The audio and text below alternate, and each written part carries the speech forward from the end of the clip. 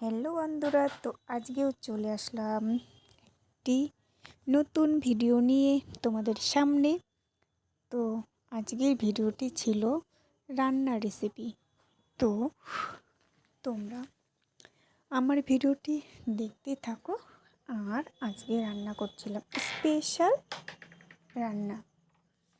তো কি রান্না করছি? আমরা বলি এটাকে কান্দা। তো কান্দার রেসিপি রান্না করছি, কান্দার তরকারি স্পেশাল। তো মাংসর থেকেও সুস্বাদু খাবার, খুবই টেস্টি। তো আমি কীভাবে রান্না করছি তোমরা দেখতেই থাকো ভিডিওটি। আর ভালো লাগলে অবশ্যই সাবস্ক্রাইব আর লাইক করবেন অবশ্যই। তো আমি প্রথমে কড়াইয়ে তেল দিলাম, তারপর দিলাম হলুদ। আর কাঁচা ঝাল দিতে পারলাম না, কারণ সেদিন আমাদের বাড়িতে কাঁচা ঝাল ছিল না। শুকনো ঝাল দিয়ে রেসিপিটি করলাম। আর কাঁদার তরকারিটা শুকনো ঝাল দিলে দেখতে ভালো লাগবে, মাংসের মতো দেখতে সুন্দর হবে। তো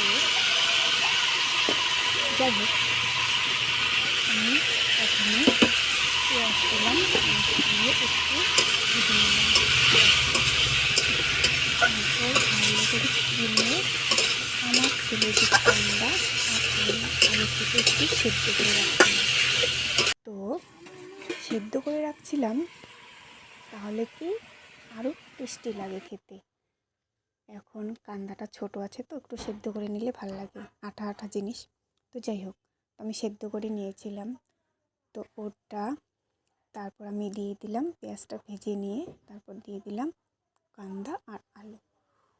ভালো করে ভেজে নিব ঢাকা দিয়ে, আবার ভেজে নিব, ঢাকা দিলাম, উঠালাম, ভেজে নিলাম। তো যাই হোক, তারপরে শেষে দিব এখানে আমার আদা, জিরা আর শুকনো লঙ্কা শিলের মধ্যে বেটে রাখছিলাম। আর সেই শিলের মধ্যে বাটানো মশলা খুবই টেস্টি হয়, তো আমি সেটা দিলাম। আর আমি প্রতিদিনই আমি রান্না করি, কিন্তু এই যে উনানে, দেখতেই পাচ্ছ উনানে রান্না করছি। আর গ্যাসের থেকে সত্য কথা বলতে উনানে রান্না খুবই টেস্টি হয়। তোমরা উনানে রান্না করে খেয়েও কান্দার তরকারি বা কাঁঠালের তরকারি বা এঁচোড়ের তরকারি। তো যাই হোক, তো আমি এদিকে মশলা দিয়ে কষাবো, জল দিব হালকা করে আর কষাবো, জল দিব আর হালকা করে কষাবো। এরকম করে কষালে কি হয় জানো? খুবই টেস্টি হয়। একটা যে কাঁঠালের একটা গন্ধ বার হয়, তো সেই গন্ধটা থাকবে না, খুব ভালো লাগে খেতে।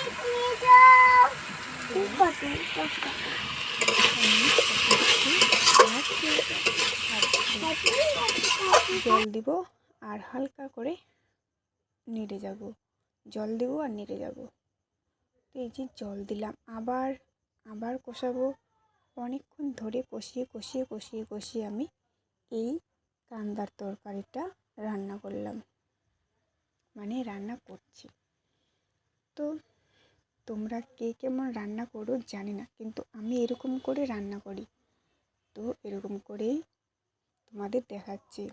আর কি বলো তো, আমরা গ্রামের মানুষ, আমরা বেশিরভাগ কিন্তু উনানেই রান্না করি। তো উনানের রান্না খুবই টেস্টি হয়। তোমরা একটু উনানে এই কাঁঠালের তরকারি রান্না করে খুব টেস্টি হয়।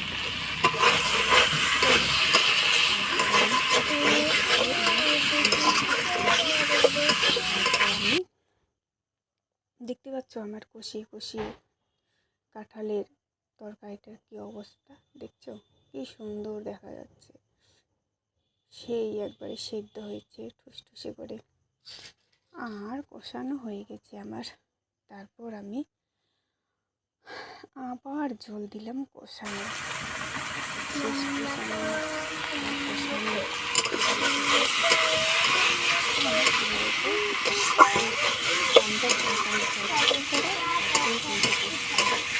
কষিয়ে রান্না করতে হবে, কষিয়ে।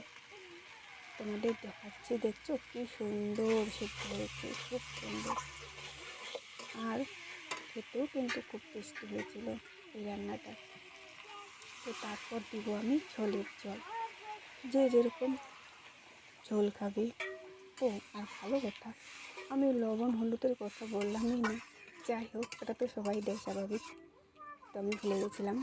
স্বাদ মতো লবণ, হলুদ। আর আমি কিন্তু আরেকটা তোমাদের বলছি, আমার সব তরকারি যে রান্না করি, কোনো দিনও আজ অবধি যে ভিডিও দিলাম, আমি কিন্তু পাঁচফোড়ন দিই না। পাঁচফোড়ন ছাড়াই আমি রান্না করি।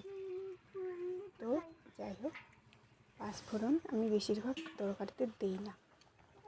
তো আমার এদিকে রান্না শেষের দিকে, এই যে নামিয়ে নেব। তো সবাইকে ধন্যবাদ আমার ভিডিওটা দেখার জন্য। আর অবশ্যই অবশ্যই সবাই আমার ভিডিওটি সাবস্ক্রাইব আর লাইক করে দেবেন, আর কমেন্টে জানাবেন, আর বাড়িতে চেষ্টা